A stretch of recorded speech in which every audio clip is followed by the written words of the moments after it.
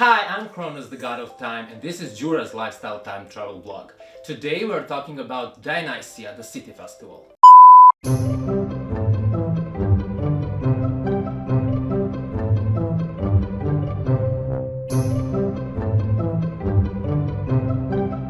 But let's see who actually was Dionysus. We all know him as a god of fertility, wine, ecstasy, even madness.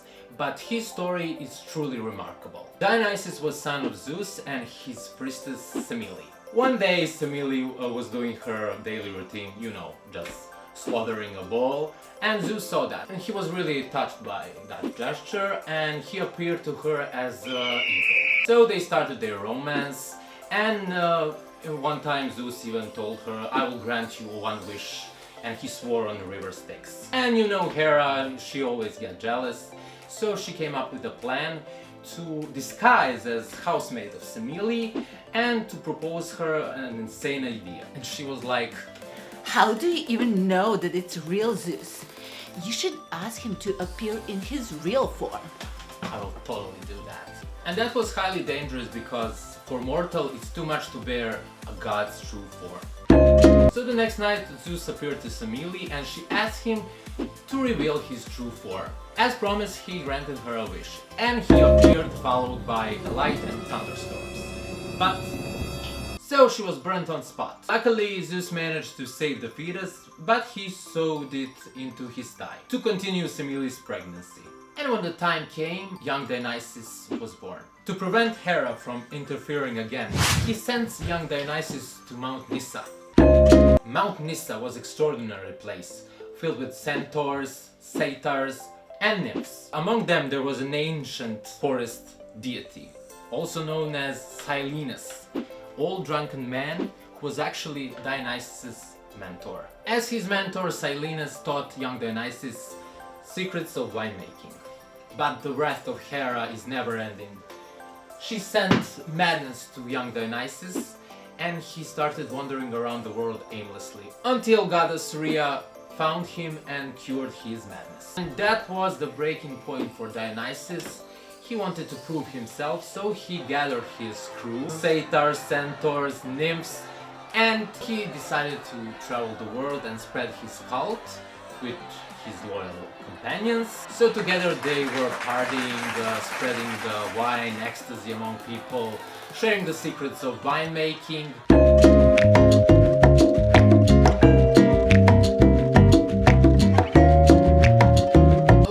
He gathered many followers, including Maenads, crazy drunk women who made sacrifices for him and performing rituals. Eventually he traveled all the way to India, and when his cult finally got strong, he joined other gods at Mount Olympus, and he became the well-known god of partying, winemaking, wine harvest, ecstasy, and theater. Well, speaking of gods, I have better things to do. Now, after this brief takeover, let's talk about the actual subject of this video. Actually, different festivals were held in his honor. There was rural Dionysia, which celebrated the agricultural lifestyle, city Dionysia, which was designed to strengthen the connections and ties within the community, and Dionystic mysteries, which was actually a cult for selected few, and we don't know much about it. And because there's a lot of information about each of these festivals, today we are talking only about the city Dionysia. It was celebrated in the month of Elefebolion, which was something like March, April in our time. It lasted for 5 or 6 days. And it was a combination of religious festival and competition, theater competition to be more precise. And the preparations for this festival began the year before during the summer, when Archon Eponymous, or the civic head of the city, chose 3 poets to write 3 tragedies and 1 satire each, so corpus of 4 pieces.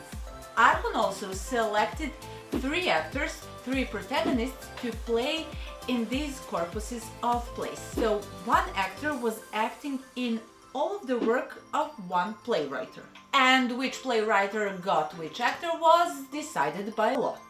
Also, Archon chose 5 poets to write 5 comedies, actually 1 comedy each, so 5 in total. And they competed with each other. That was completely different category than the tragedy plus satire. Archon also selected choregos, or sponsors, for each of the playwriters. So that sponsor had to pay for Horus supporting actors and singers and dancers and their costumes, their training and their lodging. And the awards were given to the playwriter, choregos and protagonist. And one interesting thing is that only men could participate in the theater. And how were judges selected? Athens had 10 tribes or phyla. So, from each tribe, 1 member was selected and he became a judge. And in that way, favorism and corruption were averted. But there was another category, and that is dithyramb. And dithyramb was a lyrical form and it was accompanied by singing and dancing. But for this discipline, contestants were selected differently. As we've said, in Athens there are 10 tribes, and each tribe selected their own representatives. The winner of this discipline, actually the choregos who paid for everything, was given a tripod. And the winning choregos had to erect a monument which included that tripod. At the beginning they were pretty simple in design, but later on they transformed into monumental temple-like buildings with a tripod on top of them. So at first those monuments, the smaller ones, were built around the theater of Dionysus in Athens, and over time there was the lack of space. So eventually they started building those bigger structures along the road, and that road became known as the Street of the Tripods. And as it is today, on film festivals and theater festivals, they had to do the promotions, so like press conferences. In ancient Greek, that was proagon. So playwriters gave some sort of a synopsis of their play, they presented leading actors and choregoi. And the competition between these plays lasted for 5 or 6 days. And now, to the religious side. Because this festival was held in honor of Dionysus, he had to be present. So to ensure the presence of Dionysus, they carried his statue. The statue was usually located in the sanctuary outside the city walls, but for this occasion, the night before the festival, it was carried to his sanctuary next to his theater. So that sanctuary outside of the city walls was near Academia, and then they went through Kerameikos, which was one of the bigger neighborhoods in Athens, through the Dipylon Gate, that was the entrance to the enclosed part of the city, and then they went straight to Agora, which was the main square in the city. After that, they carried the statue through the Street of Tripods, and then it came to its final destination. And the next day people gathered and they followed the same path. But they probably started from the Kerameikos and then.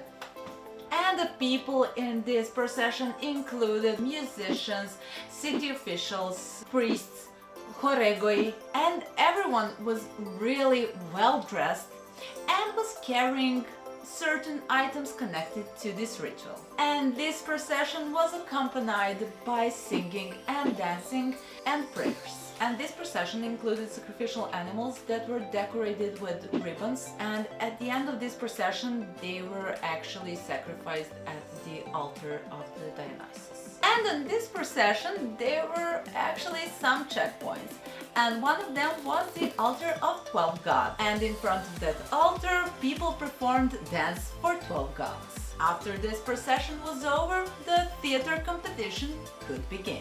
And some of the notable winners were, of course, Aeschylus, Sophocles, Euripides, and each of them won in the most prestigious category, which is tragedy, and multiple times. For example, Sophocles won for the package that included Antigona, but 1 year Euripides got the 3rd place with the package that included one of the most famous Greek tragedies, and that is Medea. And this was a brief story about city Dionysia. Thank you for watching this video, and you know what to do. Like, subscribe, share, send to all, and I'll see you in my next video. Bye!